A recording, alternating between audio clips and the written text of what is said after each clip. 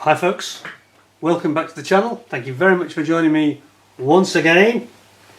You're always most welcome. So today, as I promised recently, we have got a bit of a special moment really. We've got a brand new Matchbox kit. Brand new, you say? Well, not brand new in the true sense obviously, because it's actually dating from I think 1983, this one, although it was originally tooled in 76, but it's brand new in the sense that it's still sealed. We have a sealed box here. The B-26 Marauder medium US bomber. Widely used by the French, the Brits, South Africa used them. They're used all over the place actually. They're used in various theatres including the Pacific. Here it's being used at D-Day. Used on the Western Front and also North Africa and the Mediterranean by the RAF. So quite a widely used aircraft, and apparently the Marauder, didn't know this, apparently it's the most successful World War II bomber in terms of it's the one that was shot down the least. They had the lowest percentage losses compared to any other bomber, and I'm suspecting it's because it was fairly rapid and fairly manoeuvrable. But there were some problems. I think they built something like it's about 3,500, 3,600 if my memory serves, but there were some problems with it because initially it was felt that the wing area just wasn't big enough, and it had a very high wing loading, which basically means that you have to land it at high speed. You can't let the airspeed drop because it doesn't have enough lift, so it would have to land at 150 miles per hour, which is pretty fast, and there was a lot of accidents in the early days of these aircraft.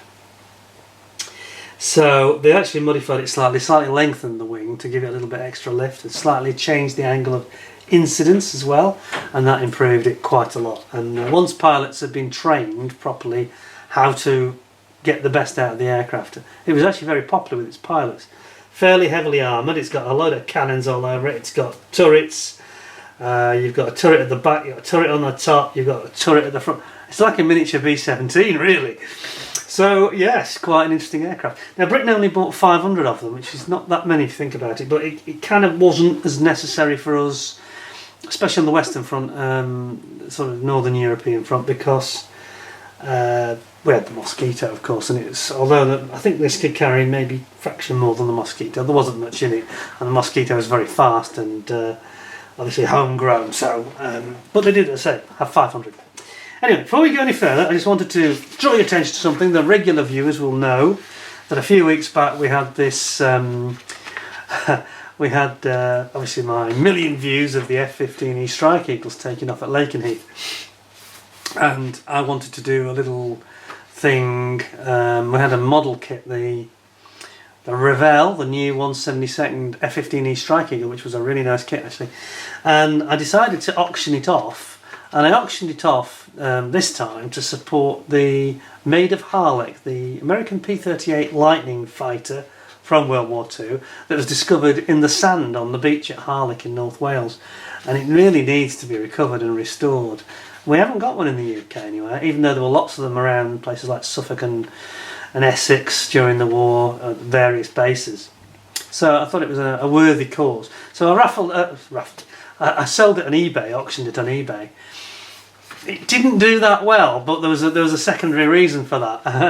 What none of us realise, I think, especially in the UK, because it was a UK auction, the night that it finished was the Sunday night that we had the women's football final, European football final against Germany, England versus Germany.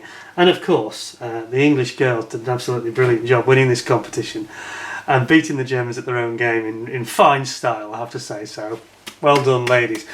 Unfortunately for me, it was about the same time my auction was finishing, and everybody, me included, I forgot about the auction myself, I got to the football. So I'm afraid that it didn't generate the same interest as you might have expected. And there was lots of people, I'm sure, that were watching it. I could see there was a lot watching, but I don't think they were watching at the critical time at the end. Neither was I, so I can't blame anybody. But what's important is the chap who got it, you'll see I've got the receipt which I'll show you.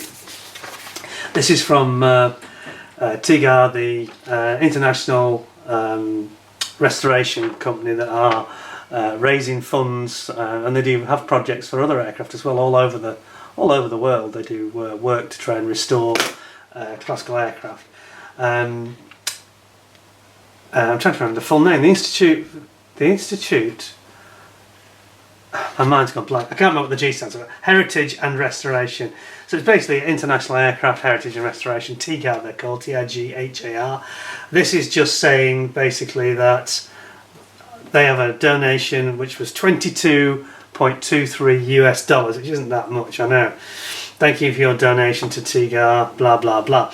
But the important story here, and I think I should say this without naming names, the gentleman who actually won this auction and got the kit, it came with a book as well, so he got a fantastic bargain. It was, I mean, that was way under what it was worth.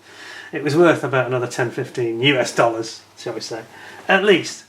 And the gentleman who's in England, and he was a really nice guy that bought it. I won't name him, but if he's watching, thank you very much, because he actually said, "Oh, this was much lower than I expected. I got it much cheaper than I thought."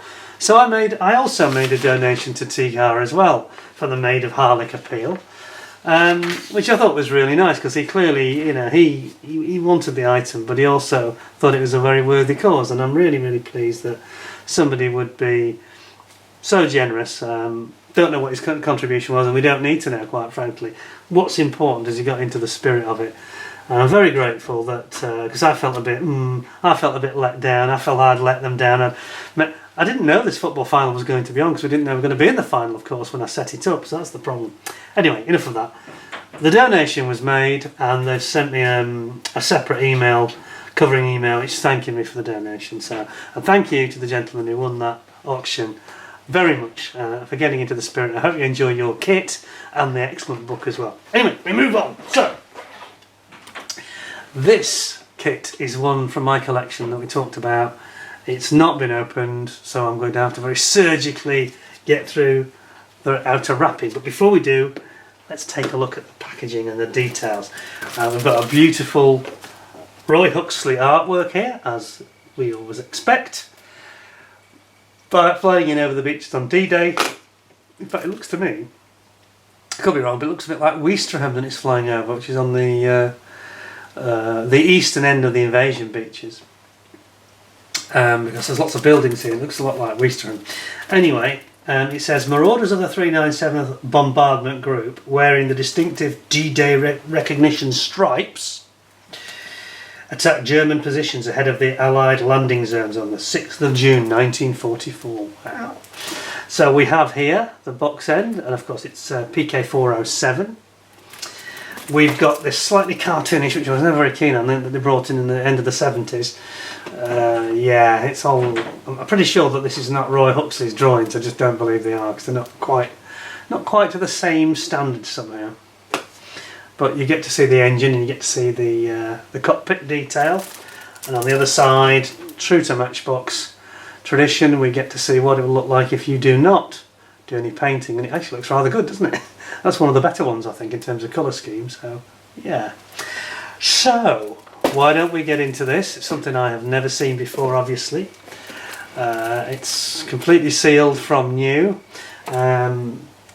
The only sad thing about this is that this is this generation around 1983. It is 83. Yep, it is. There's no window on the back. They've dropped the window, which I thought was a bit disappointing, really. But before I do open it, let's have a look at the different scheme options that we have. Try not to get too many reflections, because I want to leave the cellophane on, so you'll have to forgive me for that. So what have we got? We have got the 599th Bombardment Squadron of the 397th Bombardment Group, the 9th Air Force at Rivenhall. Well, Rivenhall is near Witham in Essex, not far from Colchester, June 1944. Then we've got another one that's at Boxstead, in Surrey, that is. Some of you may remember we made the Olympics in London 2012. That was the location where they had all the mountain biking and cycling events. That's the 386th Bombardment Group with the darker scheme. And then we've actually got the South African Air Force based in Italy, 1943-44. Doesn't give an exact location for that one. So actually you've got some nice schemes there. There's no British one, but well, the South African one is British, I suppose. Part of the empire in those days, so we're all buddies together, aren't we, you know. Hopefully today too. So, if you'll bear with me now, I am going to try and surgically get into this. Now I'm trying to decide which end to open, which looks the easiest to tackle. I think this end is going to be easy. What they tended to do, as you saw on the recent Douglas Boston Stroke Havoc, which is kind of like a smaller version of this if you think about it. Sorry, there's a little fly buzzing, and it is very small, buzzing around here, so just forgive me if I get distracted. But they've got this habit, Matchbox started doing this extra blob of hot melt glue, and it would be just on the flap inside here. It makes it quite hard to get into. So, please bear with me while I do a little surgical strike here. Going in, cutting this cellophane very, very carefully if I can. And I'm going to try to do as little damage as possible, because I am opening a completely sealed Matchbox original. And they came like this in the early 80s. They started putting them in these cellophane. Yeah, this has got that extra glue, I can tell. Careful. Gently does it. Just going to have to be a little bit circumspect in the way I do this. So what will happen is it'll be a bit of a struggle initially, because I have to break. Oh no, that one's come out cleanly. What about this side? This is going to be the difficult one, I think, on this side. The flap will not want to detach, and you've got to try and prise it. The minimum of force. It's never easy. It's never easy.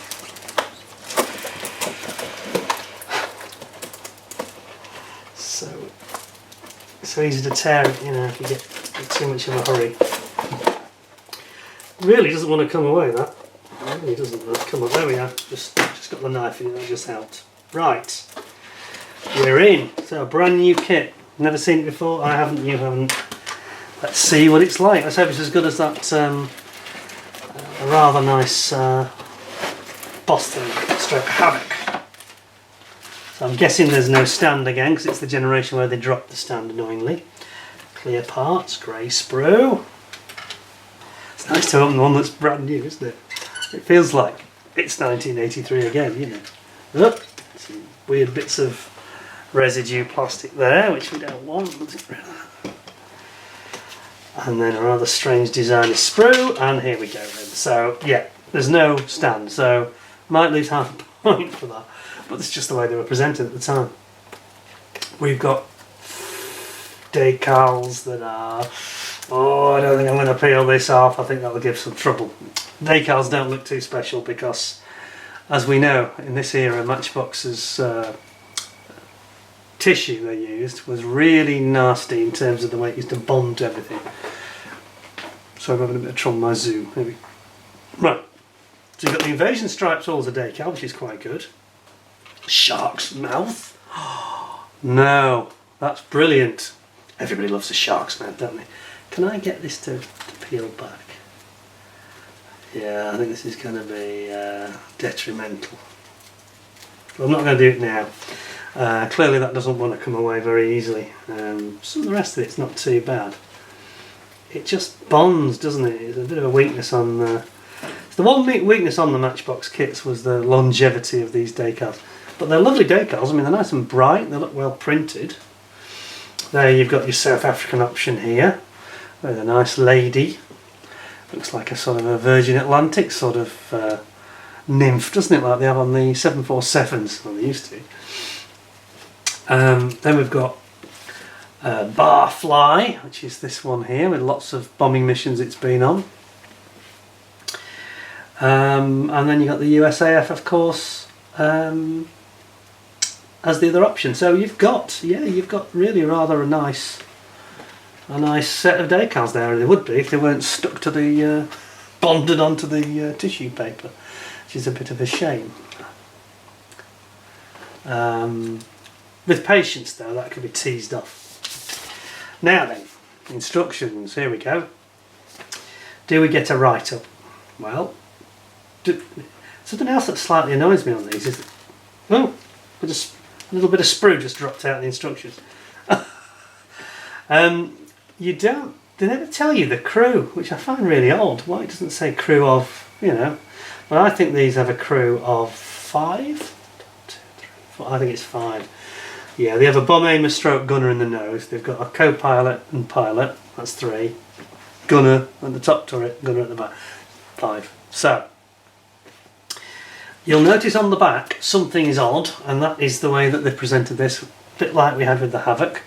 Suddenly there's a bit of a blank sheet, and it's where it would normally have the guide for the posable Matchbox stand. Well, you know my views on stands, everybody does. I think even Airfix do now, because I told them recently. But anyway, they've removed it, which is a bit of a shame, and obviously there's no stand included, and that's why they've taken the detail out. It seems a bit mean, doesn't it, really? Anyway, we've got the small parts guide. Oh, it actually finishes the instructions and then has the small parts guide, painting guide. Rather oddly, strange sequencing here. This is when they start to go a bit wild and start to do some silly things. I mean, this literally was being released as they were going bust, this kit. And they went bust, it was late 82, early 83, so just about the time this was coming out, sadly. But you've got your wheels and tyres. You've got your, don't forget, it's a tricycle undercarriage. They had a lot of problems with this as well. They used to call it the Widowmaker because of this problem with the high wing loading I mentioned. And so there were often a lot of very heavy landings because it was coming in at 150 miles an hour, which is a very, very high speed for landing, you know. And then the undercarriage was considered sometimes, especially in the early versions, not strong enough, so they beefed it up slightly. And you can see some of these parts here. You've got your front of your engine, which looks a bit rudimentary, I have to say. And you've got the you've got a bit that goes on the front of that, so it's like the back plate here.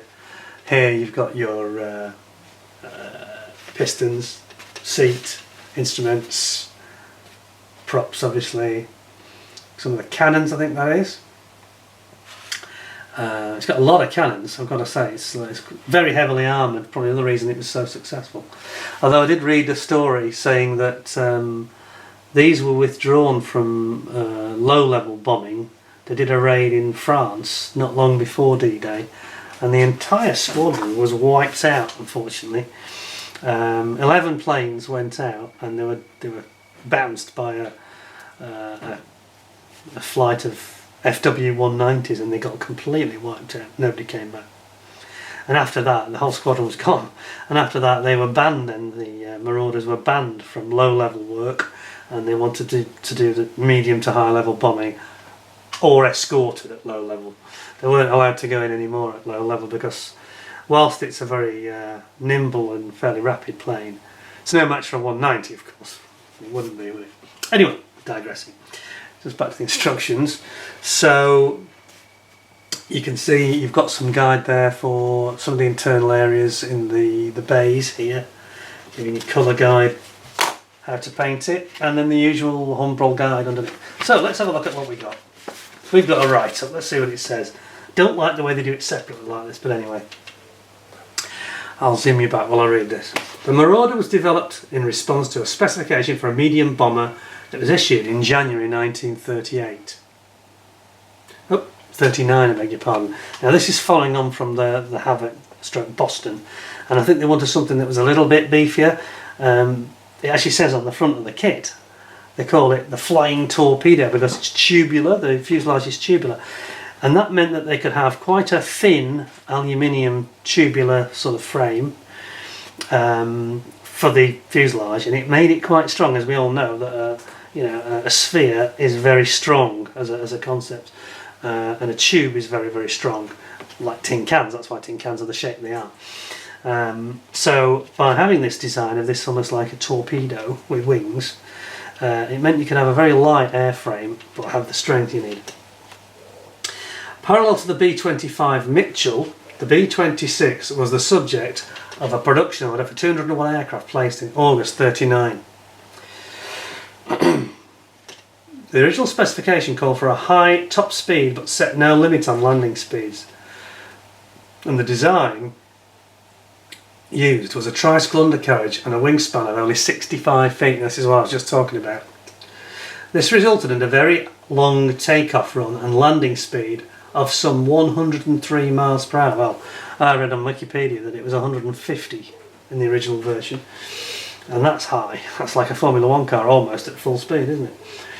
The Marauder entered service in February 41. The machines were in action immediately, straight after the attack on Pearl Harbor. Early versions were supplied to the RAF as the Marauder Mark I.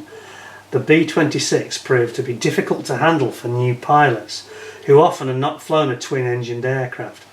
And although the programme was initiated and the aircraft modified with the addition of a larger wingspan measuring now up to 71 feet, so that's another 3 feet on each wing, on the late B-26B models there is this one has the subsequent production modifications, and these larger span aircraft served as the Marauder Mark II in the RAF. Okay, so the RAF call it Mark II and the Americans call it B. Okay. Later a Martin Bell power operated tail turret was also added, which is on this, I think. The B-26 served with great distinction in all war theatres and proved to be a very formidable medium bomber, achieving a very low loss rate in combat, which I mentioned earlier. There you go. Excellent. So let's look at the actual instructions themselves then. Oh, it's this fold out system that Matchbox seem to love so much. See what you think. So we've got, first of all, cockpit interior with the pilot and co-pilot. Instruments and seats going in. It's a bit like a mosquito arrangement where the poor co-pilot's got a tiny seat, rear bulkhead. Then you've got the top turret gunner, complete with his twin 50 cals. Putting your tail and your tailplanes together here. Then we've got this automated rear turret. So I said there was a crew of 5, so perhaps I'm wrong, perhaps it's only 4. Because I didn't realise the rear turret was automated, okay. So I think it's crew of 4. Quite a few windows to go in here. Turret, remember, don't glue your turret in obviously. And then you've got like a sky dome, option of a sky dome, viewing dome. I think that depends on which variant you're using. I'm just looking across here. Yes, that's right. Yes, you've got different options there. Then you put in obviously the 2 fuselage halves together and you're bringing in your main cockpit there, adding all the tails and tailplanes and covering up your main automated cannon turret at the back, which I presume was operated by the co-pilot. I don't know how it works this, but it seems complicated, doesn't it? I suppose they're just trying to reduce the amount of men on board. And then we've got the nose guns going in here. There's a bomb dome for the bomb aimer stroke gunner, and it looks like it's I think it's a 50 cal and maybe a, is it 250 cals? It looks like 150 cal and maybe a 303. And then we have got over here engine going on, and plus your cowling, your intakes and your propeller.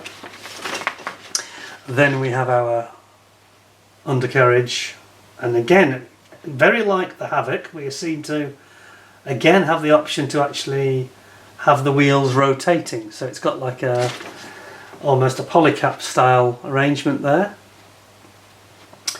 Same on the other side, and then you're bringing it all together of course here, wings coming in, nacelles going on underneath, and then your cowls with your engine fronts on as well. Then you've got your gear going in, it's like wobbling about a bit here. Gear going in and gear doors there. And as we saw on the back, finally, a couple of exhausts, vents that are going on the nacelles, and many cannons. So you've got 4 50 cals on the side. So it's pretty heavily armed, isn't it? You've got 6 50 cals facing forward. It's not bad, is it? So, interesting. So far so good. It's been conceptualised in a very similar way to the Douglas Boston stroke Havoc, hasn't it? So, where to begin? Well, there's no stand, of course, as I mentioned. So we'll start with the clear parts, I think, today. And I have to say again, a bit like the other kit, these are very, very nice. Look at this. Really, really crisp looking that is. That's one of the nicest of the Matchbox clear parts sprues I think I've ever seen. And nicely this time they've got a single piece for the nose glasswork, unlike on the Havoc, which has got it in 2 halves, which is doomed to be troublesome, I think, in terms of construction. And then you've got your little rear window at the back for the gun emplacement, automatic turret I wonder why it needs a window if it's automatic. It seems odd. It's almost like they designed it to have a man in there. I thought it was a manned one on this, I have to say, but anyway. That is rather a nice clear part sprue for 1976 when it was tooled. That is rather impressive, I think. Don't you? Yep. We like that. That's very, very good. Then we start with the dark green, and I'll be a bit gentle because I get the feeling this is a bit of a delicate sprue, to be honest. And don't forget, this has never been opened, this box, before, so you're seeing it for the first time. It's the first time it's ever seen the light of day since it was made. So we've got this, there's quite a lot of scratches on it, I've got to say, on the actual plastic. That's, again, because Matchbox never used to put it in a bag. But it's, it's a bit nasty there, actually, isn't it? There's a few nasty scratches there, and there's a few nasty scratches on the back of the fuselage here, isn't there? See those? Yikes. That's really been mauled. I'll have to try and put it back in a way that reduces that. And at the end of the day, they were just shoved in a box. You can see some more nasty scratches where my thumb is here. See those?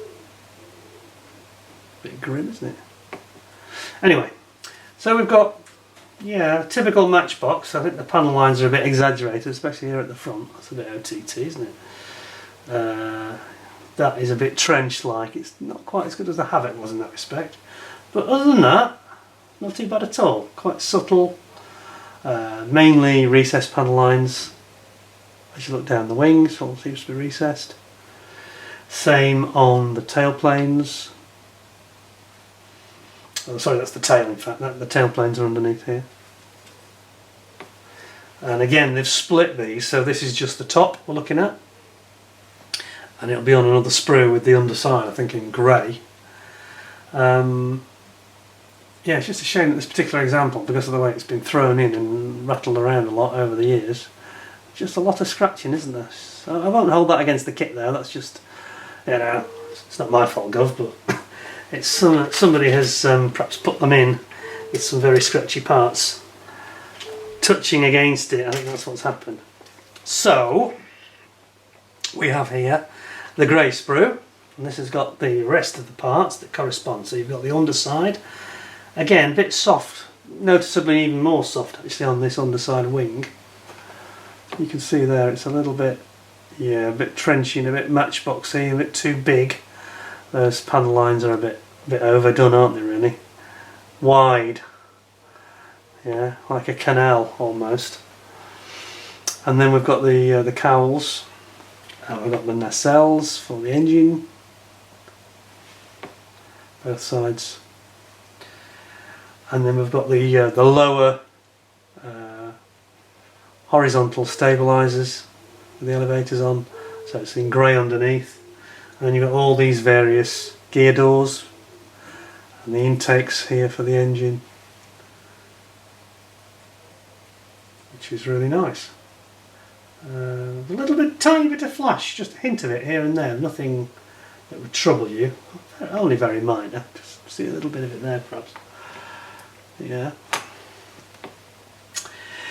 And then, last but not least, this is the sprue that I think did all the damage in terms of scratching, because I think it was laid the wrong way up, right on top of the fuselage.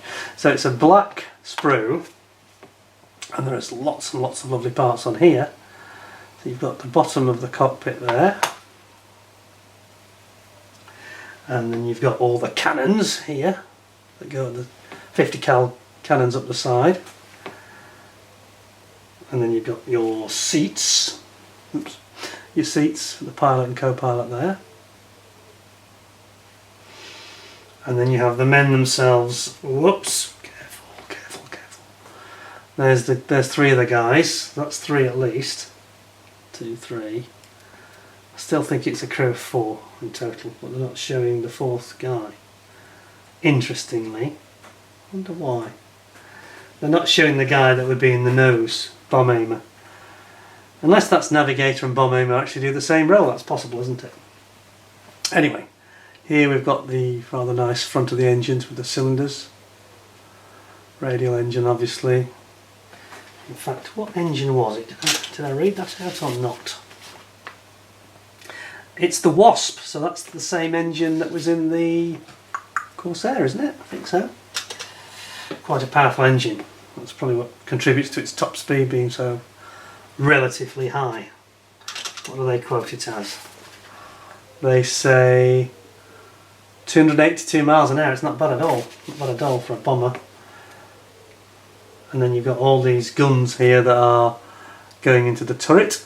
That's the rear turret and that's the top turret. 50 cals. Sorry, I'm wrong. That's the front. I should say that's the front turret in the nose, where the bomb aimer is. That's the top turret, and then this one here, that's the rear turret, the automatic one. And then you've got over here your wheels and tyres. And then it's this arrangement where you can actually have this polycap thing, so it's going to rotate, which is nice. And here are the said polycaps. They're not true polycaps because they're just plastic, but they work the same way. So you only glue them, you don't glue the rest. And it'll rotate nicely. There we've got our nice propellers, 4-blader. And again over here. And then we've got our gear legs. And then just one or two of the other ancillary parts of the undercarriage there. Stays for the undercarriage, instrumentation, etc, etc. So actually that's kind of it, really. I think this is one of those that would look really nice in that metallic finish, wouldn't it, actually? You can get some nice buffable metallics on it and do some different designs and some subtle shade differences and things. I think it would look very nice. So what do we think? Well, obviously I moaned about the sort of latter day instructions and stuff like that, but that's just the way they're producing it. This is the way it was presented. They didn't have a stand anymore in '83. That was the first thing that got cut, wasn't it? And you know, this is the argument with people like Airfix, I suppose, that they say, oh, I can't afford to do stands. You know, well, you can't you? Just price the product accordingly. It doesn't have to be given away with nothing in it. It should be priced to reflect what's in it and for them to make a profit, obviously. But I think that, you know, I've said before many times, I'm not going to rant on about it, but the stands and the dioramas were part of the appeal of the kit. And I don't think this is understood today. I think that a lot of manufacturers just copy each other, and that's not very clever, and it's not really giving us what we want. You know, I mean, Airfix were saying in their presentation last week that they didn't think that people really wanted pilots. Well, I don't know where they've got that from, because I don't think that's... I'm sure if there was a poll of their customers, most of them would say, yes, we do want pilots. We want pilots, we want stands, and we want dioramas, but let's not get distracted from that, and I won't go ranting on. So, it's unfortunate this one's got some scratching, but again, there's nothing wrong with the kit, it's just that it's been badly treated, shall we say. We won't factor that into the marks out of 10. I think perhaps in some areas the moulding's not quite as clean, especially on the grey sprue for some reason. The other two look alright. I think I'm going to give it 9.5. It would be a 10, I think. But it's the latter box, and you know, they have got these little shortcuts here and there. I think 9.5 is fair, but it's a nice kit. There's some good detail. It's a bit soft as well, so that probably deserves maybe 9. Maybe 9 would be close to the truth, but 9.25. That's where I'm at. I hope you'll give me 10 out of 10 with a thumbs up, a like, and don't forget to smash the button hard. And don't forget, if you are not subscribed to the channel already, please do so, because I think you'll enjoy it. If you enjoy this one, you'll find a lot more similar material. More to come. We've got various friends of the channel keep sending me interesting things, and I've just had a delivery today of some more interesting items, so more Matchbox as well, so plenty to enjoy still to come. Thanks very much for watching. Don't forget to ding that notification bell to make sure you get an early alert, especially if we have these issues with YouTube where they don't seem to give people much notice, and I'm still having that problem as well. So make sure you are fully dinged up to get an early alert when a new show comes on, and you don't want to miss it. Till next time then, thank you very much for watching. Take care of yourselves. Thanks a lot, and bye for now.